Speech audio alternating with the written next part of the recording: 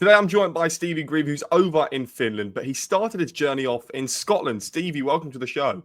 Thank you. Cheers for the invite. No worries. So do you want to start us off then with your early days growing up playing football? Who actually got you into the game?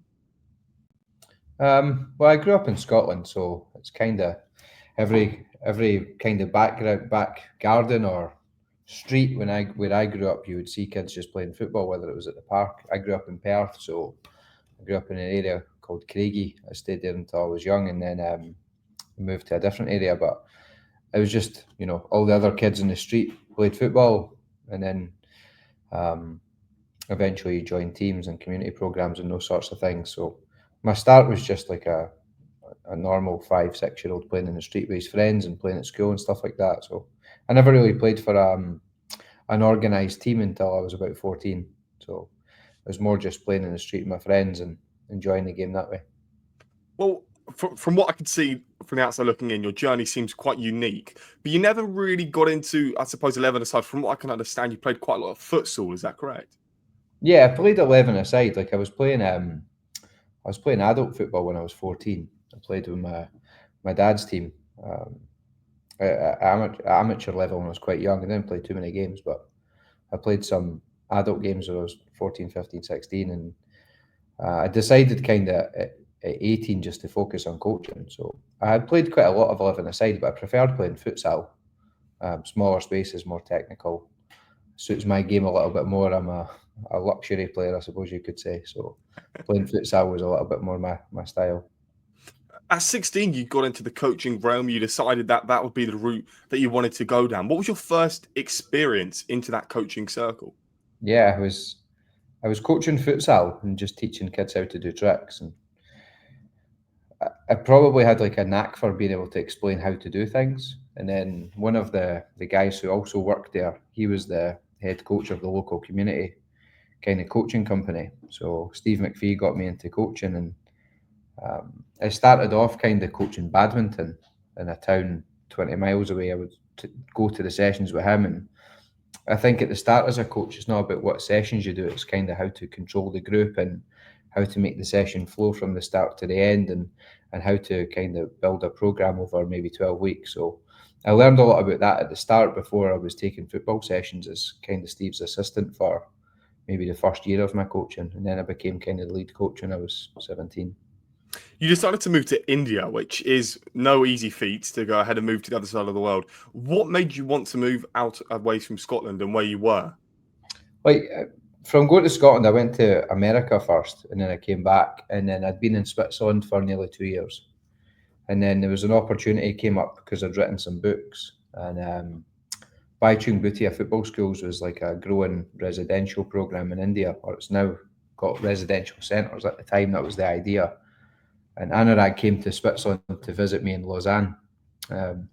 Funnily enough, his wife was studying in Lausanne, so it was like a good coincidence. And they'd bought one of the books that I'd written to help to coach education. So we had kind of a 4-hour informal chat, which turned into like here's some ideas, maybe we could do this together. And then a few months later, there was a job offer to go to India. So I had offers to stay in Switzerland as a head coach and a higher level. I was coaching in the Swiss 4th division when I was 24, 25. So there was opportunities to stay in Switzerland, but I just wanted to go travelling.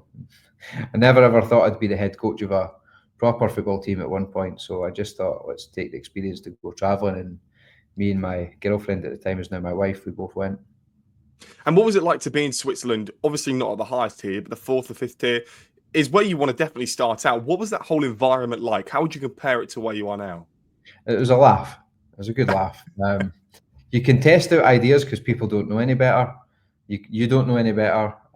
You're having to jump between English and French. A lot of the players were bilingual, so over time I was just taking everything in English, and some of the players would try and translate for me, and after a while I would pick it up. It took me maybe 3-4 months to learn good enough French to start taking training, things like that. So it was a laugh. I still keep in touch with a few of the players from that team who, it was 2012 I coached the team, so 13 years ago. It's nice to see how they're doing in their life. Some of them are preparing to get married and have good jobs in Switzerland. I think one works for CIES Football Observatory, which It's interesting because we're always on it, so I get the occasional message from him about it. So yeah, it was a good laugh. Every third Thursday we used to have a beer pong tournament. So we had a good team and we did quite well, but it was a laugh. You had a tactical analysis show, which is, again, a really cool thing to have. What makes you, like, how did you understand the game easier than others? Because as football fans, we all think we understand the game. So I suppose, how did you reach out and go above everyone else? I don't know if I'm above everybody else. I just think it's a lot of just studying and watching and press and rewind and pause. Okay, look at it again, and you start to see over time different shapes and movements and patterns, and there's things that you do and don't like as a coach, but also when you're analysing, like certain things are easy to analyse, like positional plays.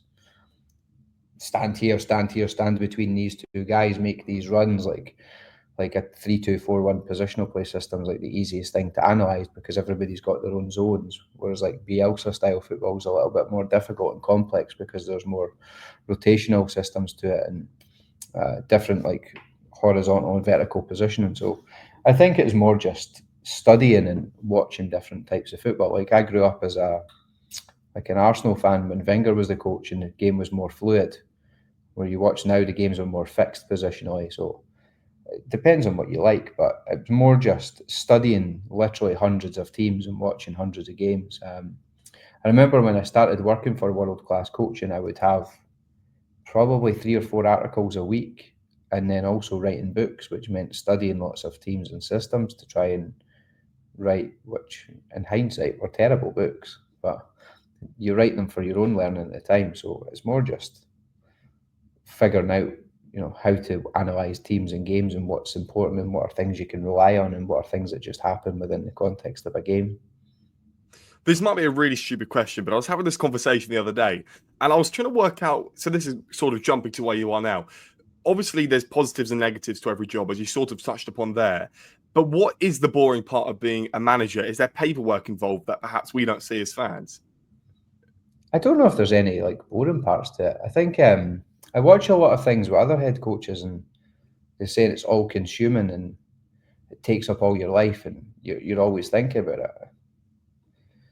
Yeah, there's a certain element to that which is true, but at the same time, like if you're really clear on your own style and your own coaching methodology and your own style of managing a group of people and the environment and the culture you want to set, I think that takes care of itself over time. So the boring part for me is I'm on my own. Like my wife and kids are in Scotland and they were here for a month and now they've gone home and I've got so much extra time, like I can do a podcast. So when they were here, it's you finish work and take the kids to the soft play centre. But no, I think there's no boring parts to it. There's always something to do. It's just how clear are you on what it is that you do on a daily basis.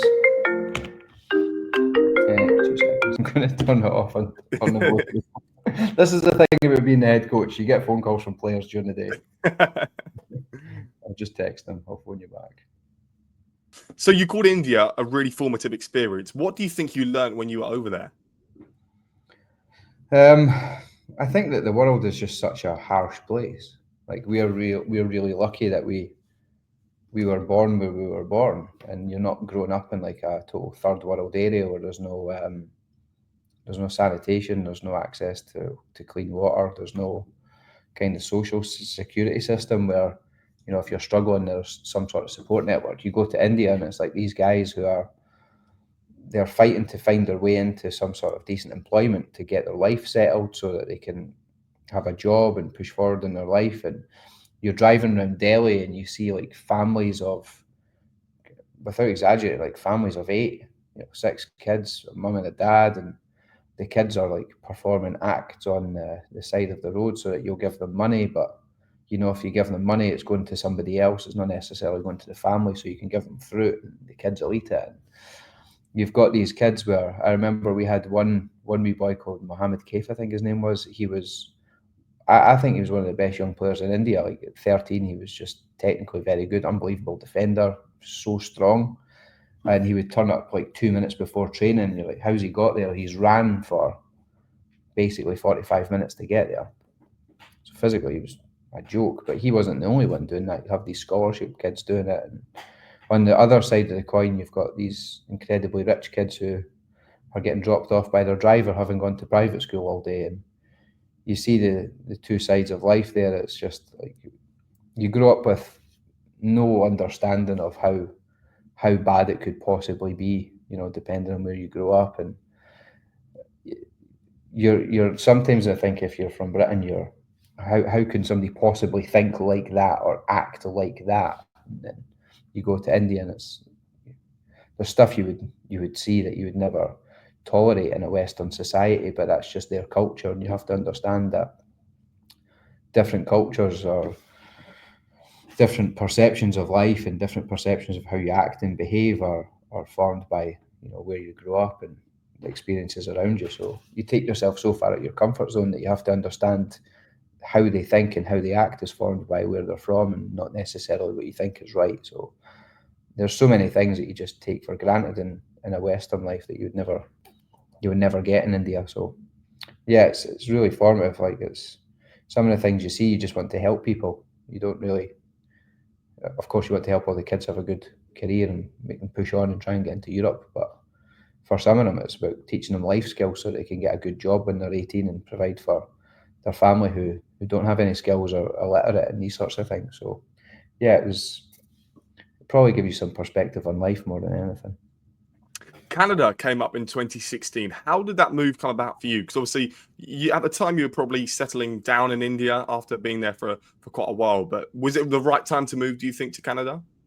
Yeah, like Sarah and I had just got married maybe the year before, and she came to India for a year. But I think for the two of us, like 3 years in one place is a long time. So we were looking to experience something new. I had offers to go to Japan, Malaysia, a few other places in Asia.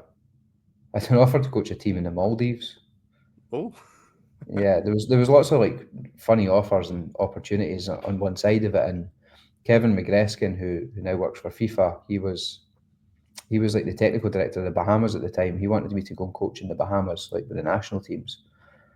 But then he got a technical director job in Burlington. So he said, "Here's an offer. Can you come for a visit?" I went for 4 or 5 days for a visit, and then I thought it'd be a nice place to live. So you go from kind of Switzerland to India and then to Canada. It's just the standard of living and the pace of life is different. So it felt like a nice kind of opportunity to go and work in Canada for a few years and experience a different part of life. and what was it like to live in Canada? From what I can see, Canada looks like quite a nice place. Yeah, I think one day we'll go back.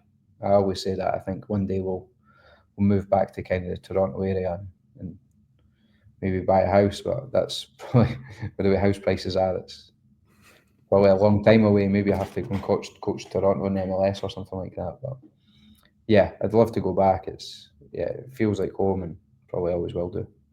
And what did you make of your time being in the academy system around there?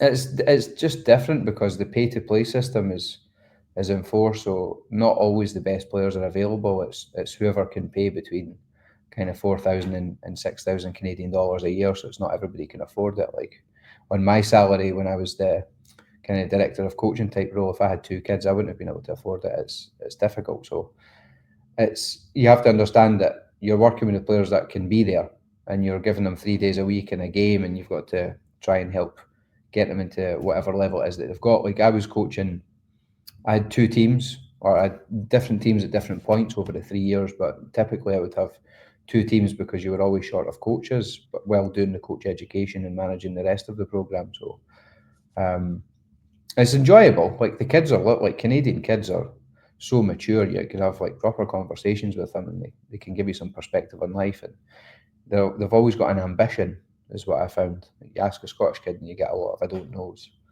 But in Canada, the kids tend to know what they want to do in life or have some sort of idea and how they're going to get there. So I don't know if that's the education system or the parents, but it was a great place to work. I had an under-17 girls team who were in a bit of turmoil, and we managed to win the first ever OPDL Cup, which was a big thing for the girls because it helped get them noticed for some scholarships. And then I took an under-15 girls team who had won one game in 18 months, and the year after we we won our conference and got to like the championship final. And again, it was kind of a pathway to help get some of them noticed to go and get good scholarships. I think one of them is going to come and play in Europe next year. So even from some of the girls, I think Amanda West plays for Houston and Anna Bout plays in Denmark, I think. So there's quite a lot of good players within the system with the girls, and the boys' side needed a lot of work because I think for the boys in Burlington, it's a nice hockey town. Like there was #1 draft pick, Shane Wright came from Burlington. He went to Seattle, so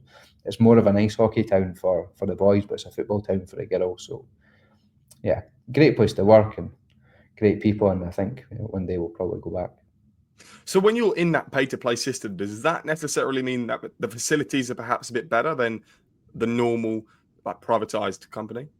No, not really. We were using at Sherwood Park. We had a big dome where you would have 30 kids on a 30 by 30 yard area.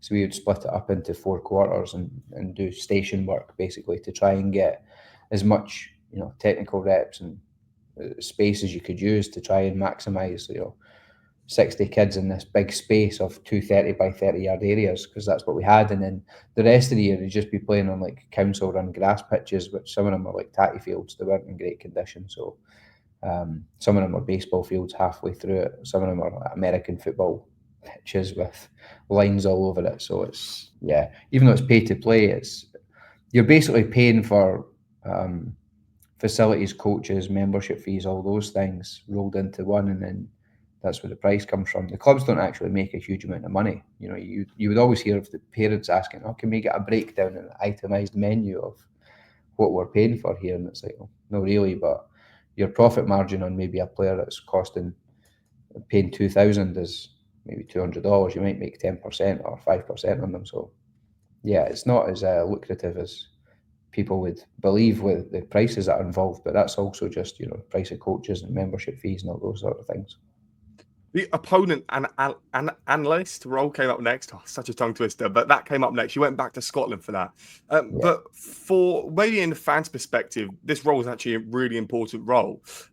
You get to see the game in a different way. So what was your role going back to Scotland in a bit more depth? Yeah, Dundee United contacted me. So Andy Goldie had asked if I would coach Dundee United 16s. And Robbie Nielsen had asked if I would become like the head of analysis for the club. So I accepted both jobs, and very quickly, when you're in a first team job as an analyst, you do not have time. So I coached the 16s for about 6 weeks. I remember falling asleep in my car before a session and missing the session. Good thing we had like 3 coaches for it, but one of the guys came and woke me up. I was like, I can't do this. So when I was doing that's just the reality of the job. Like when you're an analyst, they're the busiest jobs by a long way. The head coach job is nowhere near as busy as like the analyst job. The analyst job is it's brutal. Clubs need 2 or 3 to survive. It's so busy. But yeah, like to be Robbie's analyst for Dundee United when we were in the championship, our job was to win the league and get promoted back up to the Premier League. We'd lost in the playoffs 4 years in a row, I think, in the final. So the aim was just win the league and get up. And thankfully, we had Lauren Shankland playing for us and scored like 30 goals before the COVID thing came. But yeah, it's when you've been a coach for, I think at that point, maybe 15 years, you learn so many skills as a coach.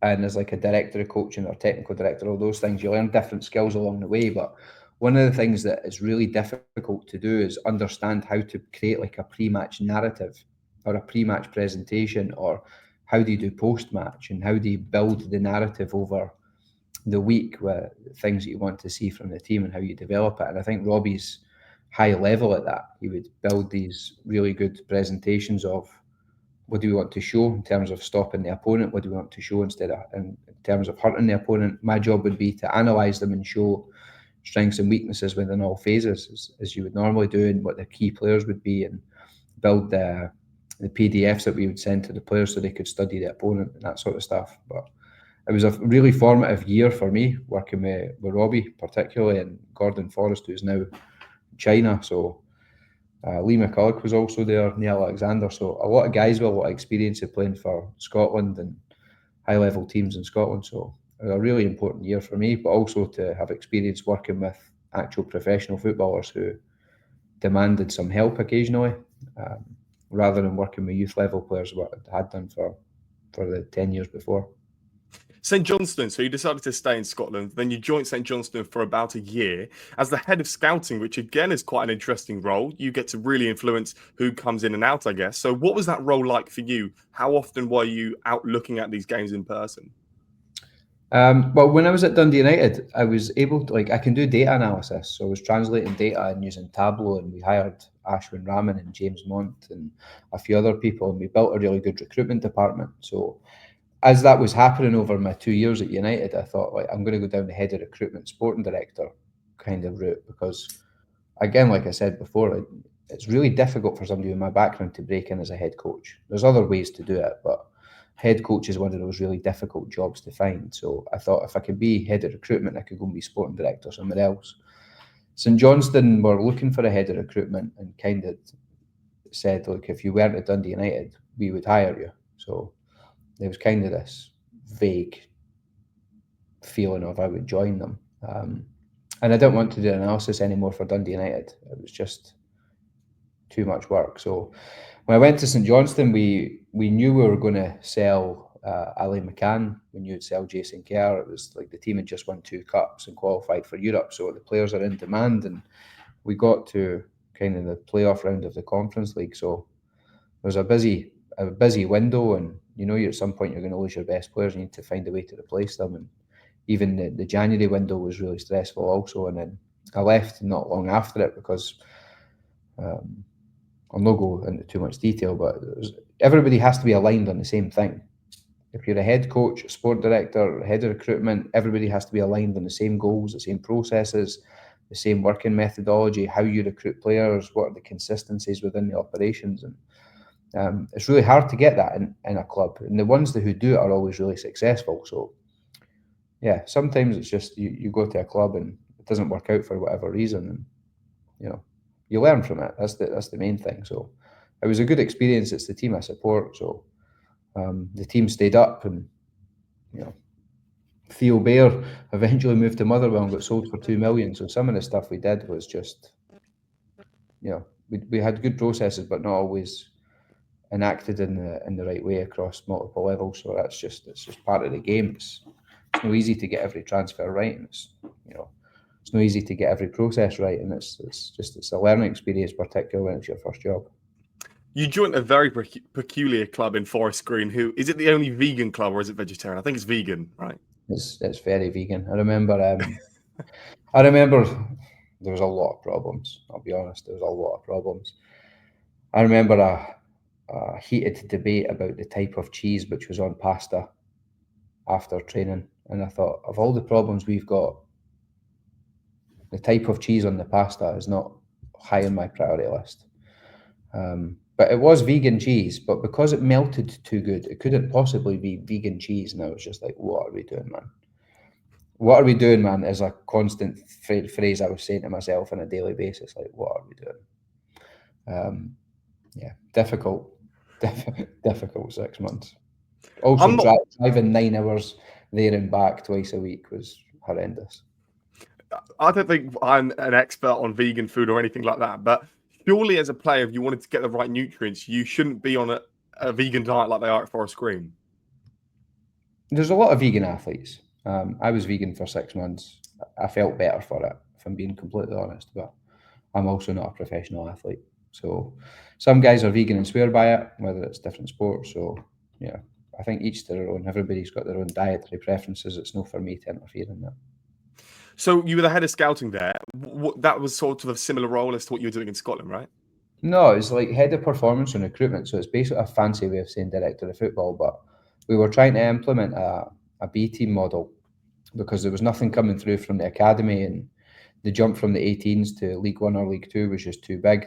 The guys just physically couldn't compete coming through. So we needed to look at new ways to recruit, to get players in on cheaper prices who could supplement the squad and maybe be assets to develop.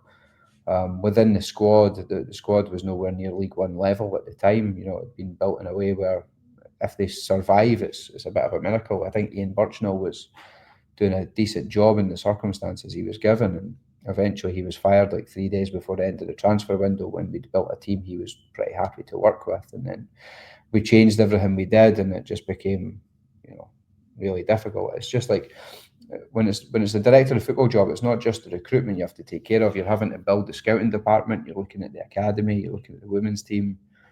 Obviously, the men's team was a priority, but if you go down, you need to try and bounce straight back up.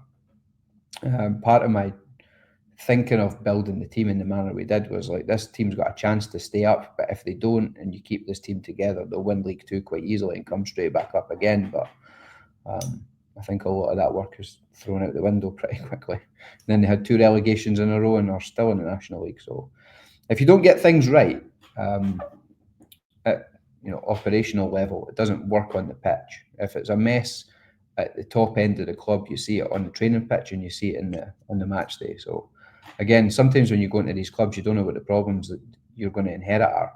And it's kind of just like firefighting as you go all the time. And hopefully you can get things stabilised. And it's like, now I'm a head coach, I can see the problems coming. It's how do you get ahead of it and stop it from being a problem? Whereas I think, two of the clubs I was at the time, it was, you've got 16 guys out of contract in the one window, of course you're going to have problems. So there are things like that, like contract planning and stuff, that we needed to do better at Forest Green, but the opportunity to do it was never there. So now you're in Finland, and the first role that you got there was to be the manager of the reserve side, right? Yeah. We play, well, the academy plays in the division below the top division. So we also have a third academy team, which was started when I came in 2023, who were playing in the Finnish 4th division. So we have SJK, who I coach now, who are in the Veikkausliiga, which is the top division. SJK Academy, which is the second team, which play in the division below the top division. And then we've got the third team who play now in the Finnish 4th division. So they got promoted, but they added a new league in.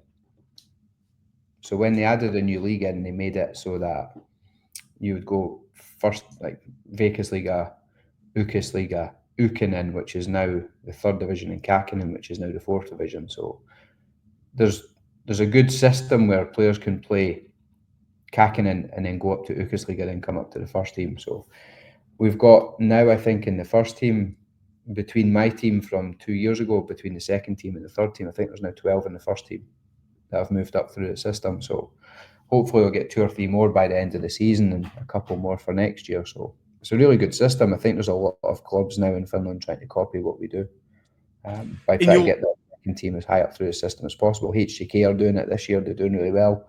I think Turku are trying to push for promotion up to the Ukkoisliiga as well. So my job when I came over was keep one team up and get the other team to compete for promotion. The second team nearly got promoted into the top division, which caused a bit of chaos. And the third team, we got promoted up into our league. So it was a good year. In the 2 years that you've been there already, you've led the side to a playoff run. What was that like to be in that contention of a really competitive environment and then reaching the playoffs? Yeah, like the first season I was in Finland with the academy, it was, we got into the top 6 and then we qualified for the top 4. We got into the playoffs and then we went away to a team that had a good season, won 4-1. And then we were away from home to the team who probably should have got promoted, and we were, I think, 15 seconds from winning the game and being promoted. They scored off a corner, which we should have done better on. And then we got to extra time and there was a couple of just horrendous mistakes made in the game. They go 4-2 up. We missed some chances, and it would have been amazing for the second team to be promoted into the top division because there was no rules against it at the time. But during the playoffs, they changed the rules so that it can't happen.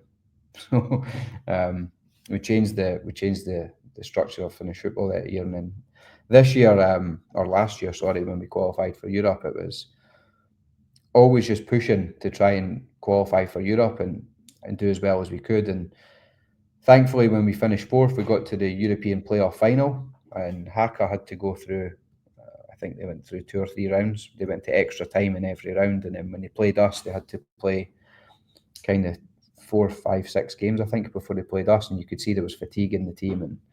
And we went away from home and won 2-1. We played really well. And then we were 2-0 up in the 89th minute. at home and everybody thinks that 4-1 up in the 89th minute, you've done it. And Haka scored 2 goals in the last 2 minutes when everybody was in party mode. And I think genuinely it was the only time I felt nervous all season. I was like, are we going to chuck this? Well, we qualified for Europe going through the playoffs. So it was a pleasing season. So your philosophy, from what I can understand, is all-out attack. I mean, that's a manager that I'd want to play under, constantly scoring those goals and things like that. So how do you manage to do such a crazy philosophy like that? Well, we just try and pass the ball forward and run forward every time we get it. We don't try and, I think we're about 50% possession on average in a game. We're quite happy just to have more fast attacks to try and score rather than, longer attacks to try and have control. For us, it's the players we've got are good at attacking space. They're good between the lines. They're very free in their position. So I think the only player in the team that has a fixed position is the striker. He just stays in the middle. He's the only one that doesn't really wander about. We've got 2 free attacking midfielders who just have free roles. One of the 2 central midfielders kind of has a free role. One of the centre backs last year had a free role. He would go and play number 10 when we had the ball. He'd just make a few passes and just find himself up in the higher pocket. So the players enjoy it. It's stuff that we just do in training every day. It's funny. One of the players who left us was being asked by his assistant coach of the new team he joined before he played them, like, what's the passing patterns, or what's the triggers, and what's the when do people move, and what's, like, how does it happen? He just went, we just play.